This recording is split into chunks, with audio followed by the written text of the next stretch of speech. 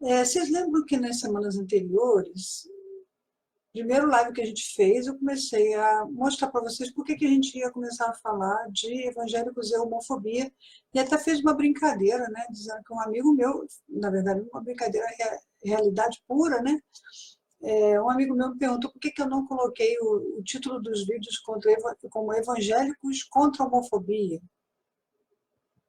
porque, na verdade, não dá ainda para falar de evangélicos contra a homofobia, porque hoje em dia, se a gente pensar massivamente, a maioria dos evangélicos ainda é homofóbica. Então, o que a gente está precisando mostrar aqui por meio desses vídeos é essa questão de que somos homofóbicos querendo ou não querendo, praticamos homofobia e precisamos estar conscientes de que ela existe para a gente reeducar nossos hábitos. Mas se a gente não toca no assunto homofobia do jeito que ele tem que ser falado, com o nome feio que ele tem, porque a gente fala assim, o evangélico é homofóbico. Aí muita gente que não se considera homofóbica fica chateada e fala, mas eu não sou homofóbico, eu não me incluo nisso aí, mas eu sou evangélico.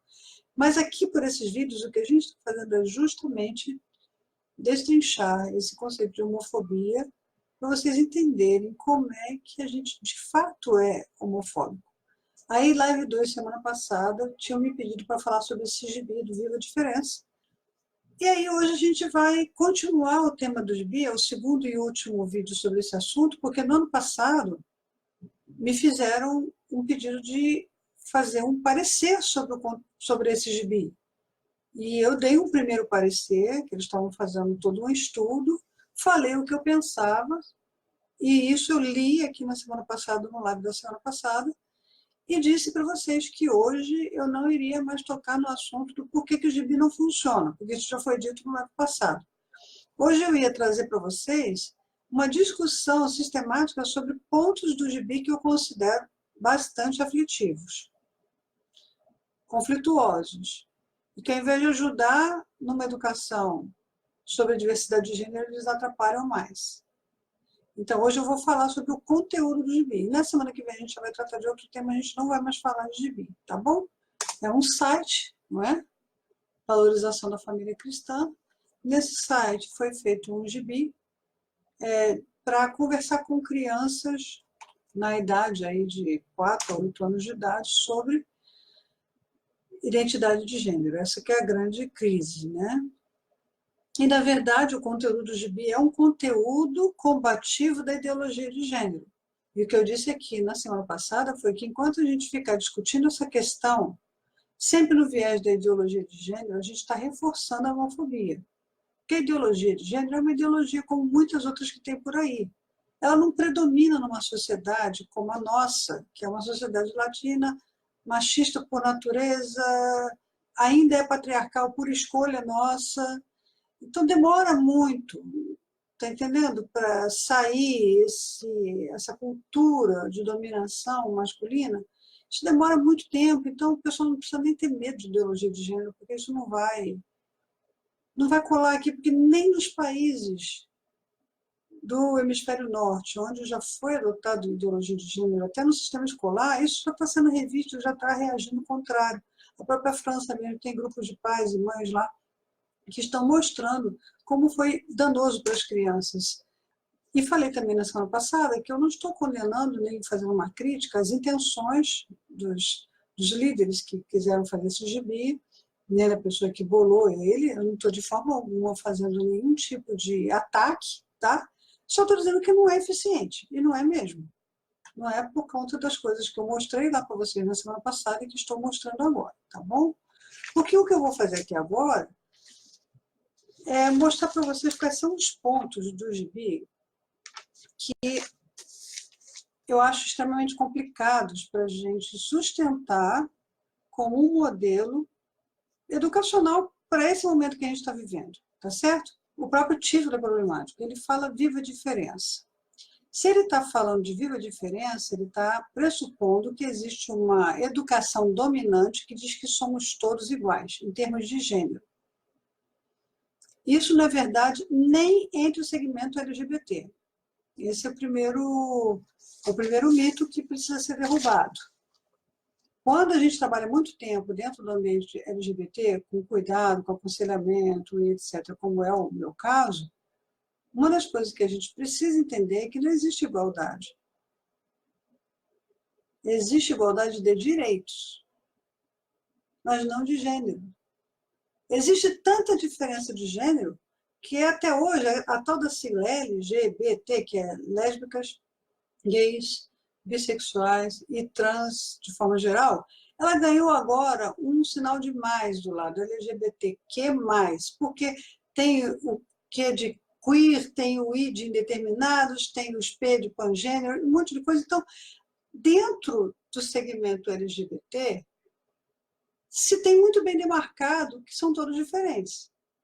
Por isso que eu falo, a ideologia de gênero ela não subsiste nem mesmo sobre o segmento LGBT. Então, esse é um temor que a gente tem, e é um pânico, uma crise enorme, que, na verdade, tem pouquíssima interferência no processo. A ideologia de gênero ela não dá conta de lidar com a diversidade de gênero que existe, inclusive entre aqueles que não estão dentro dos padrões heteronormativos. Que se entenda muito bem isso. O gibi pretende abolir a linguagem igualitária da ideologia de gênero, mas, no fundo, ele está reforçando a diferença que existe mesmo. Então, ele pratica um contrassenso. O primeiro diálogo das crianças que fala lá, eu sou diferente. Sim, somos diferentes, mas somos iguais. Mas se somos iguais, como somos diferentes? Se coloca na cabeça de uma criança de 4 anos de idade fazendo esse tipo de pergunta. Você acha que fica claro lidar com diferença e com igualdade assim? A menina responde, a gente é diferente, mas igual. Meu direito é igual ao seu porque somos diferentes. Tá, e o que é direito? O que é direito igual? Isso não vem reforçado na linguagem.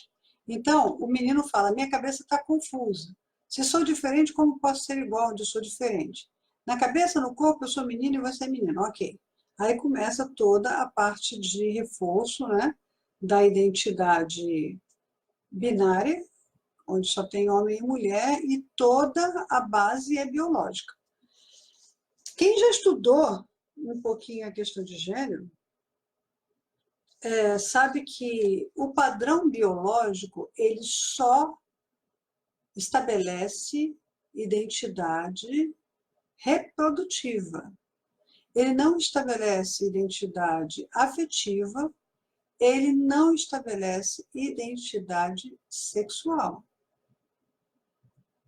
Vou voltar e reforçar isso aqui. O que eu estou tentando dizer com isso? Quando você usa o critério biologia, ou seja, a categoria macho e fêmea, você está usando somente uma categoria reprodutiva, que imprime função reprodutiva. Você não está considerando nem atração sexual e nem o afeto. O afeto diz respeito a quem você ama, para ser seu companheiro para o resto da vida. E a atração sexual diz respeito a com quem você sente impulso sexual de ter relacionamento sexual. Porque sabemos, certo? Que o sexo na espécie humana, ele também é dotado de prazer. Ele não é um sexo animal. Então, não dá para você usar critérios biológicos somente para falar disso, porque senão você está comparando o ser humano com os animais. Os animais, sim, macho e fêmea, e eles copulam para procriar. O ser humano não copula só para procriar. O ser humano copula para demonstrar afeto, e ele copula por causa do desejo. O desejo é sexual, não é biológico. E o afeto tem a ver com a questão de amor, também não é biológico. O gibi não contempla essas possibilidades, ele resume tudo ao critério da biologia. Então, se ele considera tudo somente pelo critério da biologia, ele treina uma criança de 4 a 8 anos, que é o público-alvo que eles têm como intenção, a tratar como anomalia tudo que fugir desse binarismo. Estão entendendo? Então, por exemplo, se eu falo que toda forma que eu tenho de definir as coisas é menino, é macho e menina é fêmea, e vocês têm órgão sexual para fazer neném depois, quando tiver casado. Eu estou dizendo que isso é tudo na relação entre homem e mulher. E a gente está cansado de ver quantos casamentos heteronormativos se desfazem porque o componente amor não está presente. E porque o componente sexo, que é o componente desejo, também não está presente. Não é verdade? Quantos casais vocês conhecem que já se divorciaram? E aí, quando você vai conversar com as pessoas, você escuta: ah, meu marido perdeu o desejo por mim. Ou, ah, eu perdi o desejo pelo meu marido, não sinto mais atração sexual por ele. E aí o casamento acaba. Ou então, a pessoa vem dizendo: poxa vida, depois de tantos anos andando junto, eu descobri que meu marido não me ama.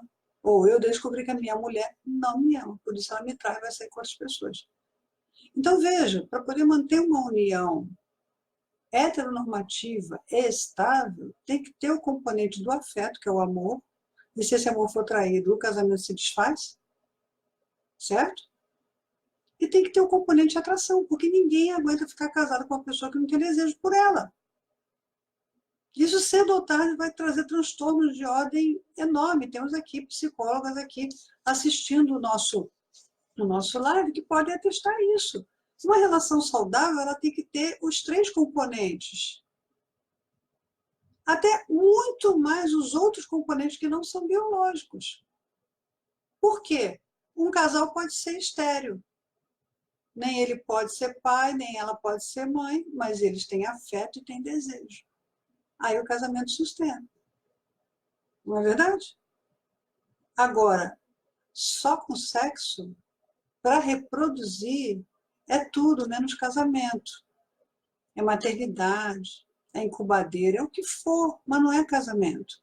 Então, ensinar as crianças desde pequenininho que tudo na relação entre homem e mulher se define por meio do critério biológico macho e fêmea reprodução é um problemão, porque nós estamos criando uma geração de pessoas que está abstraindo o afeto da relação e está abstraindo o desejo. É uma geração de pessoas que se tornarão adultos doentes e que não conseguirão lidar com as crises quando surgir a falta de desejo, um cônjuge, etc. A linguagem do gibi, ela não é bem preparada para lidar uma criança com capacidade de lidar com a temática da sexualidade. Ela é bem preparada para criar uma criança adestrada para combater a ideologia de gênero. E vou mostrar outros problemas desse tipo de abordagem. Então, vamos lá. Outra coisa, tem um trecho lá do gibi que fala assim: ah, não, mas esse negócio de fazer neném só quando vocês casarem, não pensa nisso agora não. Bom, criança de 6 a 7 anos já está querendo saber como é que neném nasce, já faz pergunta, e aí eu deixei aqui para vocês um link de uma... né, os pais conversando com as crianças pequenas sobre sexo, sobre como os bebês nascem, etc., como é que as reações deles são muito mais bem elaboradas do que as dúvidas que surgem nesse gibi. As crianças desse gibi, elas têm dúvidas muito simplórias, que elas se contentam, tipo assim: mãe, por que é assim? É porque é assim que eu estou falando. São crianças que se contentam com esse tipo de explicação. A criança pós-moderna não é desse jeito, não. Eu me lembro como se fosse hoje, em 2011 eu estava fazendo uma apresentação num fórum de gestão do conhecimento, no Clube do Conhecimento, entre vários gestores empresariais e tal, e estávamos falando da velocidade da informatização e como que as pessoas vão lidar com o excesso de informações que elas têm nas redes e como elas vão aprender a filtrar aquilo que é bom para elas. Aí a empresária que eu estava lá fazendo parte do painel naquele dia, eu não estava na mesa, naquele dia eu estava só assistindo. Ela contou o fato do filhinho dela de 7 anos de idade, que ele queria saber por que o pipi dele ficava duro, e ele não quis perguntar para a mãe. Ele foi no Google e digitou e achou a resposta. E chegou para a mãe todo contente, dizendo: mãe, eu já sei por que o pipi fica duro. Então, a mãe dele olhou para a cara dele, tipo assim: como você não me perguntou? A gente não conversou sobre isso. Eu achei no Google. 7 anos de idade, bicho. Honestamente. Eu não sei de que país são as crianças que se contentam com uma explicaçãozinha assim: não, é assim, assado, isso não é para agora, não, mais tarde a gente conversa. Não. Você conversa com as crianças no momento que a dúvida surge. E dá graças a Deus que a criança não está te procurando para sanar as dúvidas, que na maior parte das vezes ela não procura mais, não. Ela vai para o Google ou vai para os coleguinhas. o gibi desconsidera toda essa forma como as crianças estão acessando a informação por internet, porque nós damos para elas computadores e celulares, achando que estamos fazendo uma coisa muito legal. Já discuti aqui em outros momentos que isso é um dano tremendo para a criança. Uma criança de 7 anos de idade tem que brincar de pique, de subir em árvores, de colher frutos, de correr de bicicleta, o que for. Ela não tem que ter enfiado com a cara no computador. Não vai passar o resto da vida dela na profissão dela tendo que usar computador, ela vai ter bastante tempo para isso, não precisa ser na infância. Pais que dão celular para criança de 3, 4 anos de idade. Outra coisa que o Gibi fala, quando ele começa a misturar a identidade masculina, que é a de Cristo, ele vai falar também que a identidade feminina, que é a de Cristo. Pronto, aí já deu uma confusão na cabeça da criança. Porque a criança que for um pouquinho esperta vai perguntar assim, ué, mas Cristo é menina ou é menino? Como que a minha identidade é igual à dele se eu tenho que ter uma identidade diferente porque eu sou menina ou porque eu sou menino? Se Jesus era menino, por que a minha identidade é igual? Está entendendo? O Gibi ele confunde mais do que ajuda. Um outro problema que falam lá, quando ela diz que os brinquedos preferidos de meninos e de meninas e tal, então ela tenta, a autora do texto, ela tenta fazer com que os meninos se interessem por assuntos da casa para dividir as funções, mas ela fica reforçando o rosa e o azul, e a gente já sabe de onde é que vem isso. A menina veste rosa, a menina veste azul. De forma que se estiver brincando de casinha, tem que ter um fogãozinho azul para o garoto poder cozinhar. A gente realmente está criando uma cultura nessas crianças de cooperação familiar. Quando esse menino se tornar um adulto, ele vai realmente ajudar em casa? Será que vai? Isso é suficiente? Ou é suficiente, sim, os pais e as mães colocarem as crianças para participar do processo de alimentação, os meninos vendo os pais deles fazendo? Lá em casa, por exemplo, quando eu me casei, meu ex-marido ele não sabia fritar um ovo. Eu tive que ensinar ele a cozinhar.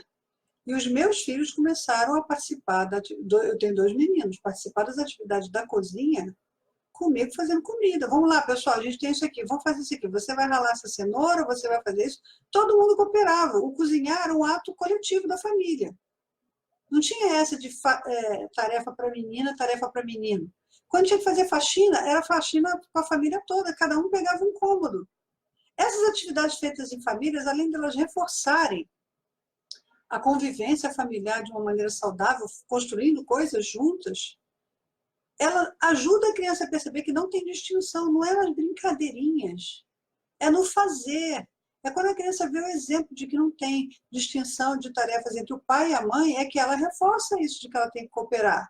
Agora, se tem um pai, que a mãe já trabalhou fora o dia inteiro, depois ela vai fazer jornada dupla na casa, aí vai limpar a casa, fazer comida e o pai fica lá na frente da televisão, você pode dar um fogãozinho azul que você quiser para o seu garoto, não vai adiantar nada. Porque esse menino está acostumado a ver o teu exemplo na cama, de frente para a televisão, enquanto a mãe está se lascando trabalhar sozinha. Um pai que não lava a própria roupa, um pai que não passa a própria roupa, um pai que não ajuda com a cozinha, não ajuda com a limpeza. Esse menino está vendo isso daí. Ele está reforçando uma masculinidade machista por causa do exemplo desse pai, que nunca está perto dele para dar um exemplo de cooperação e de divisão de cargas realmente. Então, não adianta falar de direitos iguais se esses direitos iguais não são praticados na casa. Estão entendendo? Não adianta. Uma outra coisa que o Gibi faz que eu acho muito danosa, a menina fala que eu tenho brinquedos que são meus, que eu não quero, na página 9, que eu não quero que você mexa. Ela está se referindo aos brinquedos de menina. Brinquedos de menina. Que brinquedo? Boneca, casinha. E ela diz que você tem que brincar de carrinho e etc. Bom, esse tipo de reforço deprecia completamente as muitas mães de família que hoje trabalham dirigindo caminhão, que trabalham dirigindo ônibus, dirigindo táxi, dirigindo Uber. Vocês já repararam? Porque se carrinho é brinquedo de menino, o que essas mulheres estão fazendo? Desenvolvendo profissões nessas áreas. Vocês já viram quantas motoristas de ônibus mulher existem? E diga-se de passagem, você anda muito melhor num ônibus dirigido por uma mulher, muitas das vezes, do que no ônibus dirigido por um homem, porque elas têm paciência para esperar um idoso subir, para esperar o idoso descer, elas não freiam de qualquer jeito. E aí, se você reforça essa cultura de que o menino é que brinca com carrinho, a menina brinca de casinha, você está treinando essa menina e esse menino para olharem para uma mulher que é motorista de ônibus, de caminhão, de táxi, o que seja, e considerarem essa mulher como uma anomalia. Ok? Estamos entendendo? O gibi tenta fazer com que os meninos entendam que participar das tarefas de casa é uma coisa normal dos homens. Isso é uma conquista do feminismo. É uma conquista do feminismo. Somente em situações de feminismo é que isso começou a ser pleiteado. E se hoje os homens participam mais das tarefas domésticas do que antigamente, se deve à conquista das mulheres. E feminismo é ideologia de gênero. E aí, é o contrassenso. Está adotando no próprio gibi ideologia de gênero para disseminar a ideia de que os homens têm que participar junto com as mulheres. E isso é coisa do feminismo. Desculpa aí. Quem não sabia ainda da origem desse negócio, entenda agora, tá bom? Quando ela fala também a questão do rosa de menina e o azul é de menino, é um outro problemão. Porque no dia que teu marido ou teu pastor estiver vestindo uma camisa cor-de-rosa por baixo do paletó, a criança vai olhar e fazer, mas rosa é de menina. Eu dei uma camisa cor-de-rosa para o meu pai, que é pastor, um tempo atrás. E eu perguntei, mãe, papai tem problema para usar camisa assim? Ela, não, ele já tem outras camisas cor-de-rosa. Mas dentro dessa lógica do rosa é de menina e o azul é de homem, a criança vai começar a olhar com desconfiança até para um adulto que veste uma camisa rosa, mesmo que ele não seja gay. Por causa desse reforço esquisito que se faz em cima da cor. Quando ele fala que tem um lugar lá que fala, as meninas não gostam de brincar com as meninas não, porque elas gritam muito. Olha, é uma atribuição sexista, de dizer que as mulheres são escandalosas, mulheres são eufóricas, ou frenéticas, ou histéricas, ou o quê. Isso é uma linguagem subliminar que está ali. Como se andar em grupo de homens também não tivesse gritaria. Vai para um jogo de futebol para você ver a gritaria que tem. Para na esquina de um bar para você ver os caras ali sentados bebendo uma cervejinha, para ver se tem alguém falando baixinho ali. Principalmente se passar uma mulher bonita por perto deles, eles começam a levantar o tom de voz. Então, esse negócio de que menina fala muito alto e fica gritando, também é um estereótipo. Porque os meninos também gritam. E os homens também gritam depois de adultos, né? Por fim, que é a última coisa que eu acho mais complicada, e aí eu vou encerrar com uma historinha, e já estou acabando, vocês estão vendo que eu estou conseguindo manter aí os 20 minutos de abordagem, né? É quando ele fala que você é princesa de Jesus, você é príncipe de Jesus. Lá no finalzinho do gibi, o nosso príncipe, você é o nosso príncipe lindo, forte e inteligente também. Aí ele fala, igual a Bia, agora entendi. Aí ele fala, legal, eu vou ser o príncipe, e o Toy vai ser o cavalo do príncipe. Aí o pai fala, Bia é a nossa princesa linda, forte e inteligente. E eu? E eu, o garotinho fala. Você é o nosso príncipe lindo, forte e inteligente. Ok, gente, vamos lá. Agora o negócio ficou sério. E vou explicar por quê. Vocês sabem que está na moda esse negócio de fazer festinha de menininha de 5 anos, de 7 anos, de princesa, vai todo mundo vestidinha de princesa. Eu vou contar para vocês uma experiência que eu tive nos últimos 20 anos, porque eu já estou há 15 anos separada. Quando eu estava na juventude, eu não era nem casada ainda, vocês devem lembrar, surgiu aquele filme do Capitão Gancho, Hulk, A Volta do Capitão Gancho, que era estrelado pelo Robin Williams, e a Julia Roberts fazia a Sininho. Lembra desse filme? Pois é, eu fui no cinema assistir esse filme. E vocês sabem, né? Eu sou essa pessoa assim, mística, onde Deus pode falar comigo em qualquer lugar, até no banheiro. E estava eu lá assistindo o filme, e eu fiquei pensando nessa coisa do conto de fada. Casaram-se, viveram felizes para sempre. E eu estava numa época meio frustrada, assim, eu estava na faculdade nessa época, eu estava frustrada com um monte de coisa que assim, eu acho que esse felizes para sempre não existe. Eu já tinha mais de 20 anos, né? E fiquei pensando naquele filme, e aí eu via o ciúme da Sininho com a Wendy, por causa do Peter Pan e tudo mais. E aí eu ficava, nossa, que doentio, né? Mas parece que ninguém consegue ser feliz, eles têm que ter uma terra do nunca para poder simular né, uma felicidade, um troço qualquer. Que coisa triste. E eu fiquei pensando, Deus, por que não existe felicidade nos contos de fada?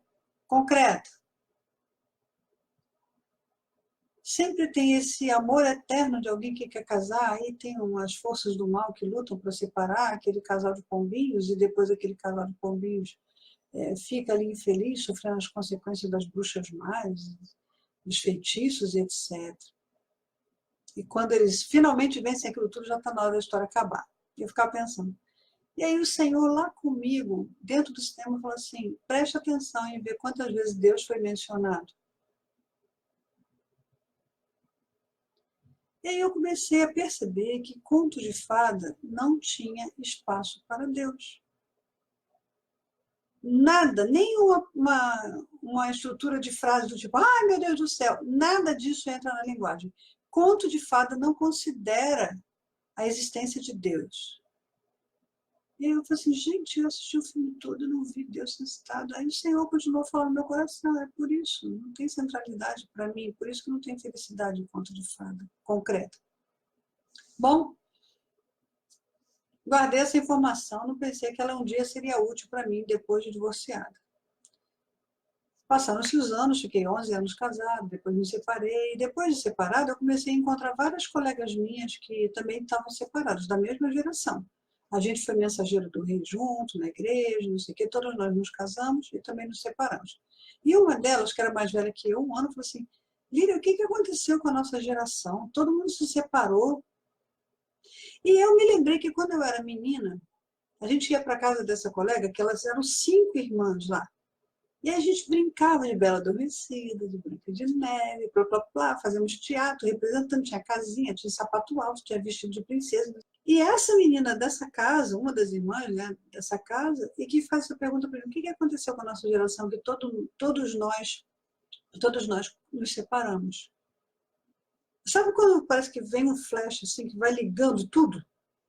Tipo, eu lembrei daquele filme do Peter Pan lá atrás, daí a pouco linkou com o meu divórcio, daí a pouco linkou com o divórcio das minhas amigas, daí a pouco linka com a pergunta que ela me faz. E eu só consegui falar assim, eu acho que a gente assistiu o Conto de Fada demais.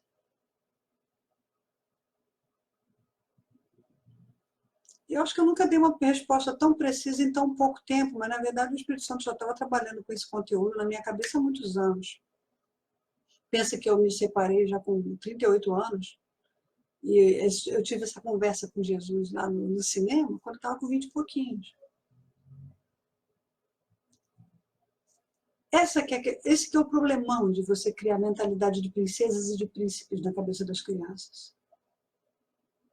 Elas acham que a vida real delas vai ser felicidade plena e cheia, com direito à infelicidade. Quando vem as adversidades, vem os problemas, elas não têm resiliência nenhuma para passar pelas crises. Por isso que os casamentos acabam. Porque felicidade num casamento, ela não cai pronta do céu. Ela é construída debaixo de muita resiliência, debaixo de muita aflição, debaixo de muita reconstrução, de muita superação, de perdas, de ganhos, de crises financeiras, crises de saúde. Então a gente cria na cabeça da criança uma utopia de felicidade que não se concretiza na vida de ninguém, porque é conto de fada. Então, papais e mamães, enquanto vocês ficarem reforçando na cabeça de seus filhotes que eles são príncipes e princesas, vocês estão criando uma geração de anomalias. De gente que depois de ver tudo que a humanidade passou, não consegue perceber que vai enfrentar dificuldades e adversidades na vida conjugal também. Na vida de príncipe, na vida de princesa. Faltam as coisas, falta comida, falta dinheiro, falta emprego, falta saúde, falta apoio dos pais, falta um filho que perdeu. Aprendam a falar com seus filhos um português claro, preto no branco, pelo amor de Deus. Como eu tive que criar boa parte da infância dos meus filhos, eu criei sozinha, porque eu já estava divorciada, meus filhos eram pré-adolescentes, então, da pré-adolescência até a fase adulta, que agora já estou casada, estou adulto, eu criei sozinha. Eu adotei essa política de diálogo é preto no branco, é verdade. Vamos conversar sobre a verdade mesmo é essa. Então, parem de criar utopias na cabeça das crianças e parem de treinar essas crianças para repelir qualquer coisa que fuja do modelo heteronormativo como uma anomalia. Porque uma criança dessa que é educada lendo um gibizinho desse, ela vai achar que um transgênero é o que? É um demônio. Ela não vai ter nenhum tipo de consideração e misericórdia para sentar do lado de uma pessoa transgênero e escutar a história dessa pessoa transgênero até o fim, para entender por que essa pessoa se denomina transgênero. Por quê? Porque o gibi ensinou que não existe isso. Transgênero não existe. Gay não existe. Lésbica não existe. Transgênero não existe no gibi. O critério é biológico, o critério não é afetivo. E o critério não é nem sexual. Criar crianças, escutando historinhas como essa do gibi, ou deixar que esse gibi caia na mão delas assim desavisadamente, esperando que isso vá construir alguma coisa, você está fazendo um trabalho, um desserviço para a maturidade emocional dessa criança. Você está criando ela dentro de uma redoma, de uma bolha, fazendo com que ela fique inoculada de tudo que existe aqui fora, como se ela conseguisse sustentar isso o tempo todo. E sabe o que é pior de tudo? Se você tiver que passar pela realidade de um desses seus filhos, que você está criando como príncipezinho e princesinha, ser gay, essa criança nunca vai dizer isso para você. Ela vai dizer para os amigos, ela vai sair de casa. Ela não vai ter você, pai e mãe, como amigo para poder confidenciar o que ela está sentindo. Ela vai aprender que ela não pode abrir isso para você, porque você não suporta essa verdade. Você a criou de um jeito de que transexualidade, por exemplo, não existe. Se ela tiver algum problema de transexualidade, uma questão dela, da identidade de gênero, ela não vai saber por você. Então, você está criando uma criança que ela não tem capacidade de falar das crises dela para você e ser ouvida. Porque cada vez que ela for falar qualquer coisa para você, você vem com o discurso heteronormativo pré-formatado para impor sobre ela. E não dá para ela a possibilidade dela pensar que existem outras coisas. Porque você não quer que ela pense que tem outras coisas. Só que o fato de você não querer que ela pense que existam outras coisas, não abstrai essa criança da realidade de que existem outras coisas. Ao invés de você criar essa criança e treinar essa criança para coexistir com uma pessoa transexual com misericórdia, com amor, com carinho, com consideração e respeito, não, você está criando uma criança para rechaçar esse tipo de coisa, porque você está tão pelado de medo de que a criança se torne uma anomalia na sua visão, que você abstrai. Gente, isso é mentira. E no dia que essa criança perceber que ela está sendo enganada por você, ela rompe contigo. E vai ser difícil restaurar essa confiança. Vai ser muito difícil. Como diz o meu professor, dou por encerrada a minha fala nesta hora. A Luana Carolina falou assim, exatamente isso, prender não adianta. Aí quando crescer faz de propósito para irritar e querer atenção. Olha, eu não conheço um gay que faça para irritar os pais. O que me dói o coração é que todos eles tentaram não ser gays para agradar os pais e não conseguiram. É que a gente precisa aprender a conversar sobre sexualidade em família. Em volta da mesa, na hora do jantar, no culto doméstico, voltar a fazer culto doméstico, que as famílias perderam esse costume, isso aí precisa ser resgatado. Porque essa criança, quando ela percebe que ela pode falar abertamente das suas questões, que ela vai ser acolhida, olha só, acolhida. O que é acolhimento? É simplesmente abraçar, sem julgamento, sem sentença, sem culpabilização, sem carga de moralismo. E essa semana, ontem, na verdade, eu estava lá, o navio Logos Hope está indo embora, né, amanhã, e ontem foi a minha última participação lá. E o pregador, ele fez uma comparação muito interessante que eu queria trazer para vocês aqui agora, porque eu achei muito pertinente. Ele estava falando sobre como Jesus olha para nós. E ele falou assim, pensa que você tem duas mãos. Essa mão aqui, a esquerda, representa o pecado. Essa mão direita aqui representa a graça. Quando eu quero fazer com que o moralismo determine como é que as pessoas são, eu faço isso. Eu boto uma mão na frente da outra, sendo que a mão que demarca pecado, que é essa daqui, ela está na frente da graça. Então eu julgo as pessoas por aquilo que eu considero pecado. O pecado está sempre aqui, ó, na frente, me impedindo de ver o que tem por trás. Mas quando eu uso o critério da graça, a graça não me permite olhar para aquela pessoa como pecador, porque a graça está aqui na frente agora. Acho que eu nunca mais vou esquecer essa ilustração. Estão entendendo? Eu não chamo uma pessoa de gay, de lésbica, de trans. Para mim isso é diferente. Essa pessoa, para mim, ela não é rotulada pelo aquilo que a religião me ensinou que é pecado que ela faz. Não. Deus não olha essa pessoa pelo pecado na frente, porque diz a palavra que ele cancelou o escrito de dívida. Cancelar significa rasgar essa parte do pecado aqui e ficar só a graça. Se eu usar o critério da graça para olhar para a pessoa pecadora, a graça sobrepuja. É a graça que está na frente. Eu não tenho condição nem de ver o pecado da pessoa, porque a graça de Cristo cobre. Enquanto a gente ficar trabalhando com esse binarismo, pecar, não, essa coisa chata, enjoada, purgante, que ninguém mais aguenta esse discurso, é pecado. Não, Deus ama um pecador, mas não é um pecado. Não, tudo bem, você pode ser gay, mas você não pode praticar. E a gente ficar rotulando e colocando fardos em cima dos nossos irmãos homossexuais por conta daquilo que eu e no meu moralismo considero como pecado, eu estou usando o critério do pecado na frente. Eu não estou usando graça na frente. Eu estou colocando pecado na frente. Agora, quando eu começar a olhar para esse ser humano, como o ser humano que ele é, filho amado de Deus, em recuperação, né? Mas filho amado de Deus, que custou o sangue de Jesus, o critério inverte. É só graça que eu vejo. Eu não chamo, aquele gay, aquela lésbica, não, é aquele fulano de tal, que tem um nome, aquele rapaz que se chama tal, ou aquela trans, não interessa se era homem, se transformou para mulher, etc., aquela trans chamada Cláudia, aquela trans chamada Márcia, sei lá o que for. Você vai tratar a pessoa com dignidade e respeito. Por quê? Porque o critério que você está usando é o da graça, não é o critério do pecado. Moralismo só atrapalha a gente a construir relacionamentos. Nunca ajudou a gente a construir relacionamentos saudáveis. Então vamos começar a olhar pelo critério da graça as pessoas. Divulgue nosso canal, por favor, assine esse canal nosso daqui do YouTube. Marca no sininho. Divulga nosso canal, traz gente para assinar esse canal, porque ele é super importante. Eu tenho muita coisa boa lá. Afinal de contas, são praticamente 3 anos fazendo. Agora, em novembro, vai completar 3 anos que a gente está fazendo essas transmissões.